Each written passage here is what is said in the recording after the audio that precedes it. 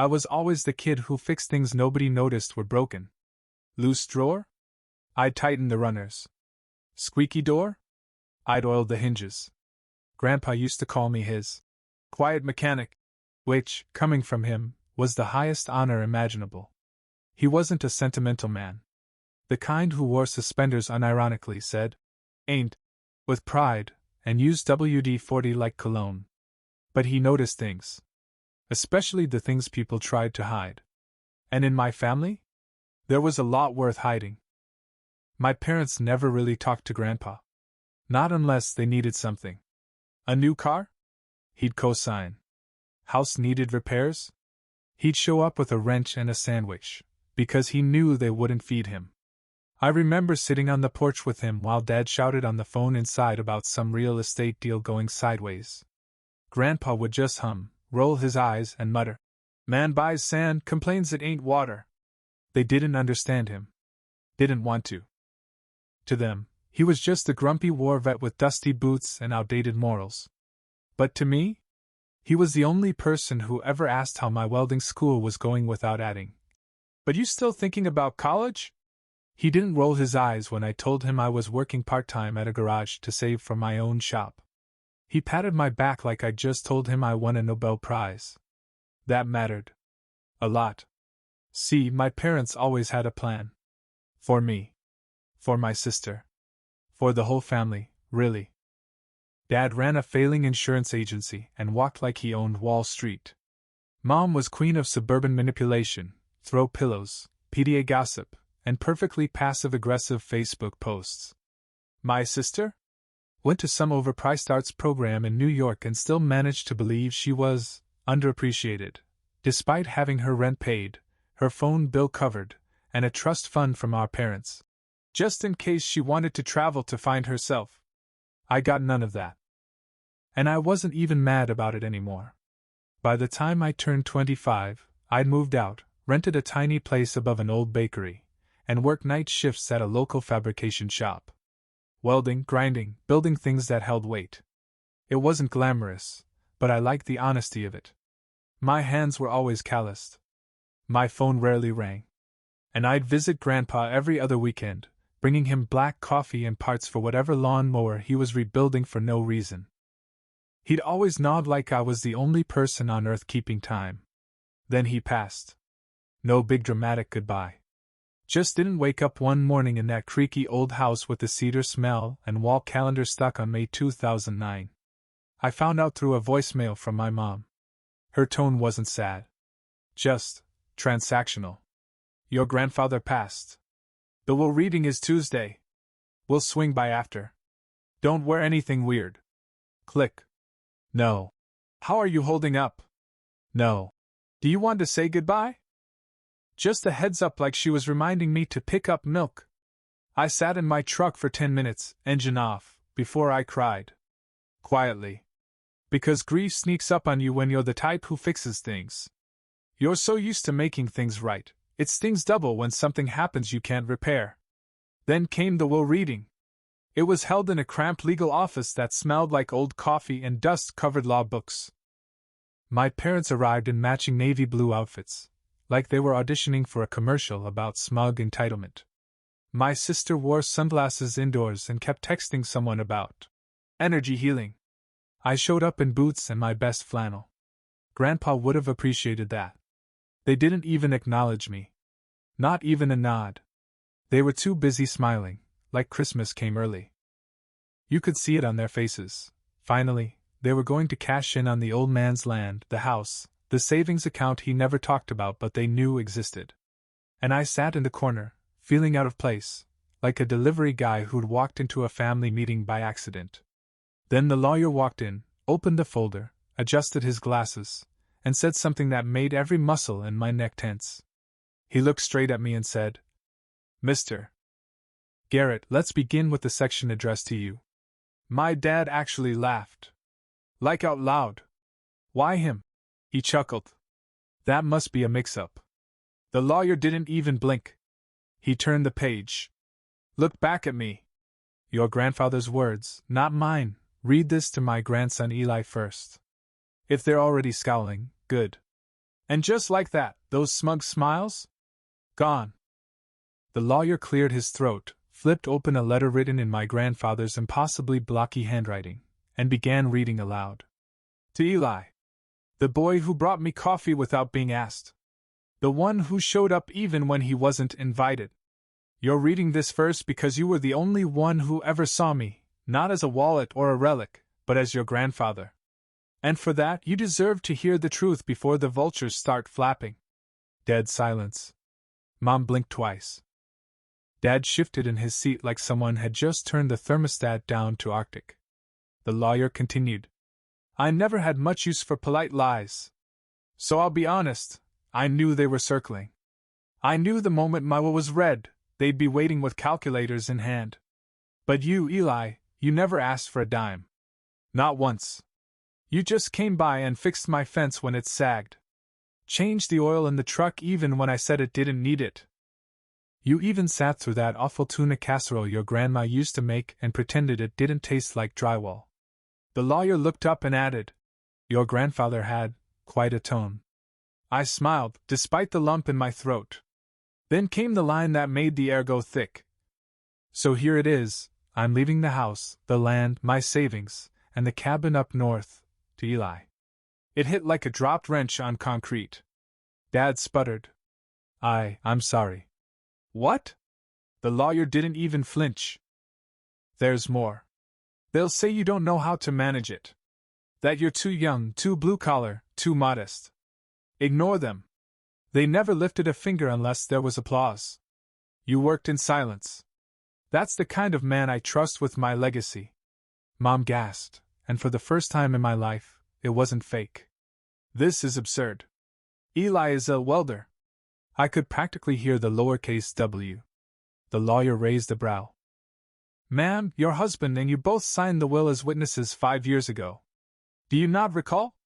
My dad looked like he'd swallowed a lemon whole.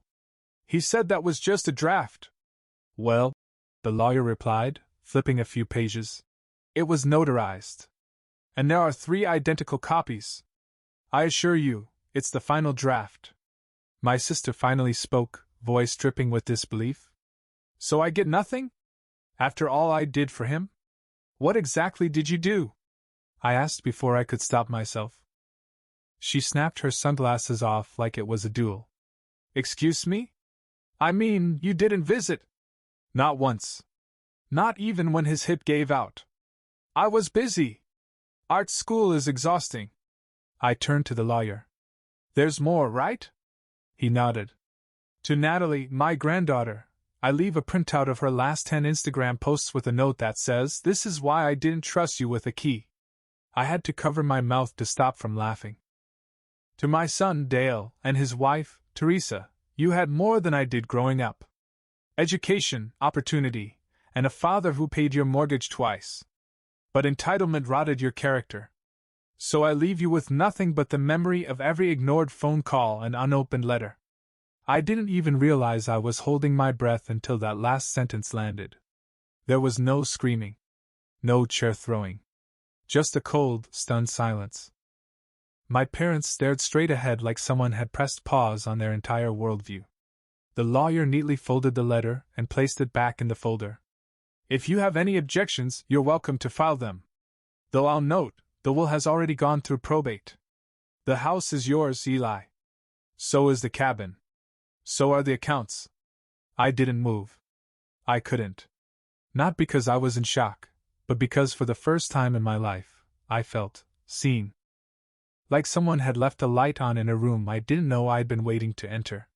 The lawyer gestured toward me. If you'd like, we can go over the inventory next. There's quite a bit, some land deeds, tools, vintage car titles. My dad stood abruptly. This is garbage. We'll contest it. Mom followed, grabbing her purse with the urgency of a fleeing socialite. We'll see you in court. I finally spoke. Sure. But you might want to reread the part where you signed off on it. They left without another word. But my sister lingered. Just long enough to whisper, You don't deserve any of it. I looked her in the eye and said, I didn't get it because I deserved it. I got it because I was there. And with that, she turned, heels clicking like punctuation marks on a sentence she thought would end differently. I drove out to Grandpa's house the next day. Alone. No entourage, no dramatic music, just the hum of my old truck rattling its way down the dirt road lined with maple trees. The kind of trees Grandpa used to tap for syrup before declaring it was too damn much work for glorified sugar water. The house looked exactly the same, weather-worn, stubbornly unpainted, and standing tall like it knew the whole town was watching. But this time, it felt different. Like it was waiting for me. I walked up the porch steps, paused, and checked under the third plank, the one Grandpa always swore was for emergencies. The spare key was still there, duct taped to the underside like it was 1995. Of course it was. The door creaked open, and the scent hit me like a memory bomb. Cedar, engine oil, black coffee, and a hint of mothballs, a combination no candle company would ever replicate, but one that screamed home to me. I didn't rush in. I stood there, soaking in the silence. No TVs blaring, no passive-aggressive comments from Mom, no tension hanging in the air like cheap cologne. Just stillness. Grandpa's coat was still on the hook. His boots were by the door, laces untied like he just stepped out to check the mail. On the kitchen table sat a crossword puzzle, half-filled, a pencil laid neatly on top. He'd left life in progress. I wandered through each room, half expecting him to be around the corner with that raised eyebrow and a dry comment like, "Took you long enough." But the only voice I heard was my own thoughts, and for once, they weren't self-critical. They were curious.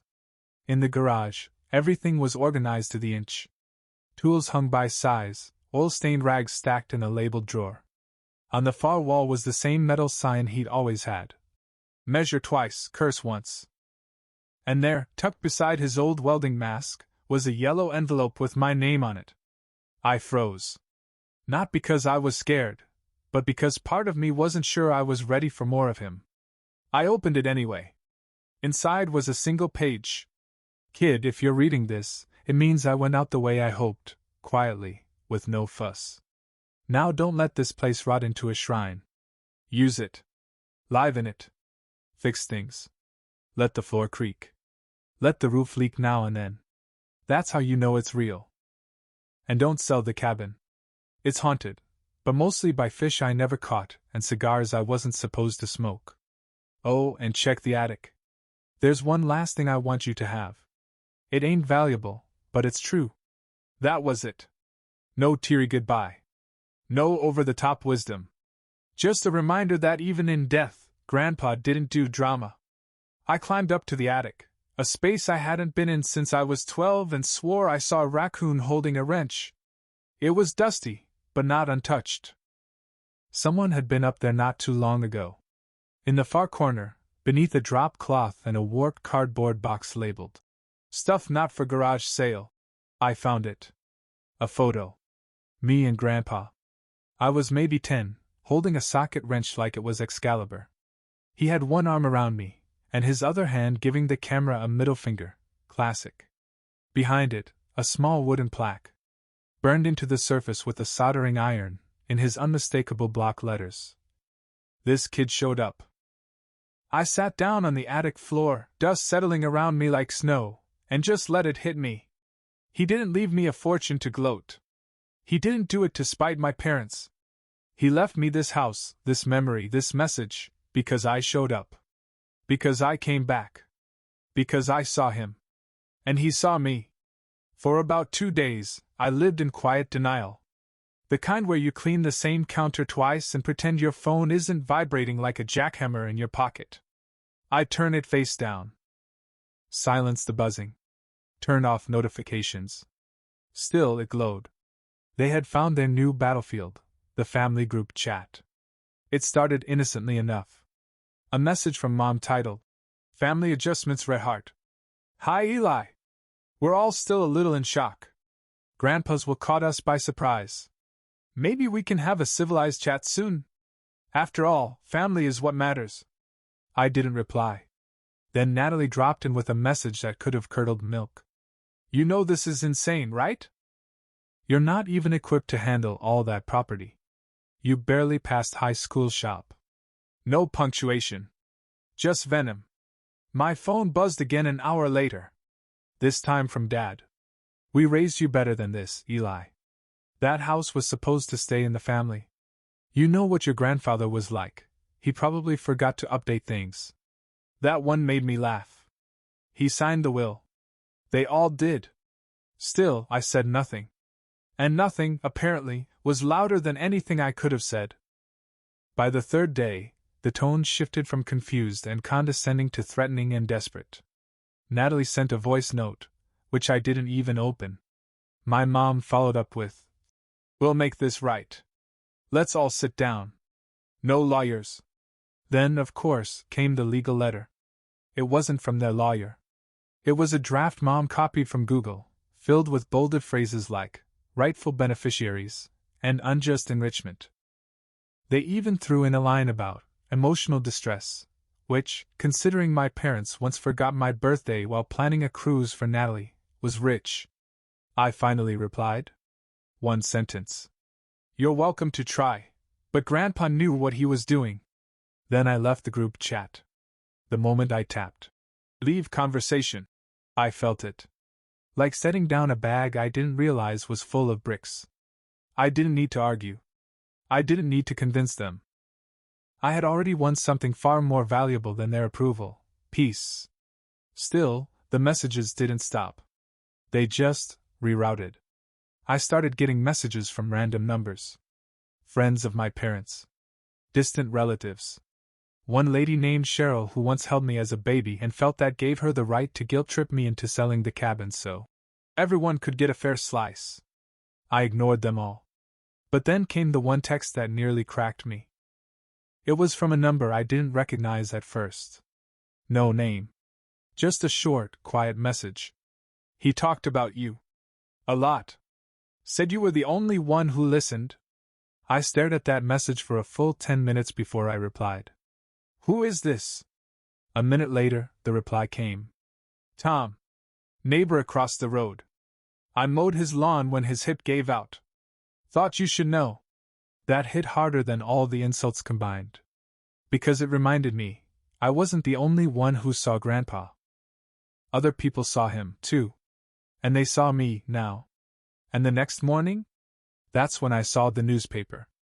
Right there on the local front page, below a headline about the county fair and a goat named Jeff, was Grandpa's obituary. Written by me. Because I submitted it the night I left the group chat. I'd kept it simple. Joseph Garrett, 87, passed peacefully in his home. A veteran, mechanic, and lover of strong coffee and stronger opinions. Survived by family, though his legacy lives on in the hands of the one who showed up.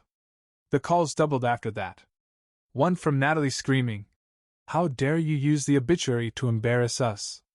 Another from my mom saying it was unfair to put private family business out in public. I didn't reply to either. Instead, I walked to the garage, opened Grandpa's old notebook, and flipped to the last page. In thick marker, he'd written, "They'll yell. They'll flail. Let them. You. Keep building." So that's what I did. It was a Tuesday afternoon when Mom showed up unannounced. I was in the middle of rebuilding the porch steps. One of them had rotted through, and I nearly broke my ankle walking out with coffee that morning. Grandpa would have called it a character test. I called it poor timing. I heard the tires crunch on the gravel before I saw her. Silver SUV. Perfectly waxed. Parked like she was afraid the house might get dirt on it. She stepped out in heels, on gravel, which told me everything I needed to know. She wasn't here to reconnect. She was here to perform. "Eli," she said, smoothing her blazer like she was preparing for court. "We need to talk." I kept hammering. "Now's not great. Porch is angry." She sighed. "I'll be brief." I gestured to the other step.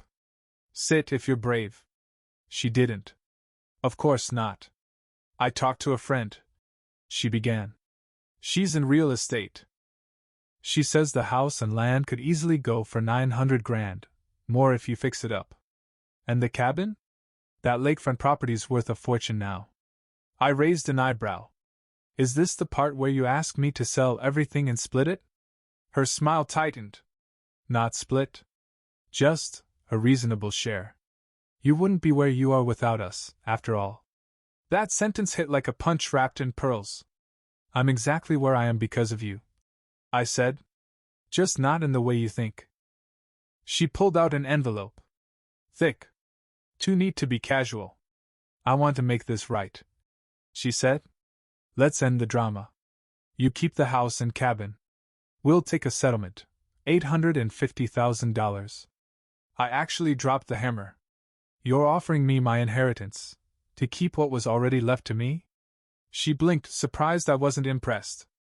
It's more than fair. To who? To everyone. Think about it, Eli. You can buy yourself a better place. Something modern. You could even go back to school. Get a real degree. There it was. The slip. The mask always falls eventually. I looked at her, this woman who once told me she didn't have time to attend my trade school graduation because Natalie's boyfriend was in town, and I said the one thing she wasn't ready for. No. She laughed. Not a joyful one. A sharp, brittle sound that sounded like someone trying to cough up their pride. You'll regret this. I shook my head. No. I regret letting you convince me for years that I had to earn your approval. She stared at me, trying to find some crack to slip into. A moment of guilt. A flicker of weakness. But all she found was sawdust on my boots and a man who wasn't budging. She shoved the envelope back in her purse, turned, and walked to her SUV without another word. But as she opened the door, I added one final line, not shouted, not cruel, just clear. Tell Dad he should have visited more often than tax season. She didn't slam the door. She didn't peel out of the driveway. She left slowly. Like someone realizing the keys they always held didn't work anymore. I finished the porch that afternoon. The new step creaked a little, just like the old one. Felt right. Later that night, I sat on the back porch with a beer and Grandpa's notebook on my lap. I flipped to a page where he'd scrawled. Some people think legacy is money. But real legacy? That's what they can't take from you. I looked around. The stars were out. The air smelled like pine and old tools. My phone was blissfully silent. And for the first time in a long, long time, I wasn't waiting for anyone's permission to feel happy. I didn't expect to see Natalie again. Not after the group chat exit. Not after the obituary. Not after Mom's SUV stunt. But there she was, standing at the edge of the driveway in a denim jacket that looked barely worn, clutching a coffee like it was a peace offering and a shield. I was pulling weeds. Not metaphorically. Actual weeds out by Grandpa's side garden where tomatoes used to grow like weeds themselves. She didn't walk closer. Just stood there for a minute, watching me work. You're really living here, she said. I dusted off my gloves. Pretty sure that's what inheriting a house means. She didn't laugh, but the corner of her mouth twitched like it wanted to. I brought you coffee, she said, holding it out like it might bite her. Black. No sugar. I took it. Sipped. It was awful. She saw my face and smiled for real. Okay, so I guessed. Good guess, I muttered. Tastes like betrayal and vending machine. We both chuckled, the tension cracking just enough to let something human through. She sat on the edge of the flower bed. The same one she used to run through as a kid when Grandpa warned her not to. We both remembered that. You could see it in how carefully she avoided the edge now. I wanted to hate you, she said finally. Still kinda do. I raised an eyebrow. Appreciate the honesty. But also. She trailed off, chewing on her words. I think I just hated that you were there. And I wasn't.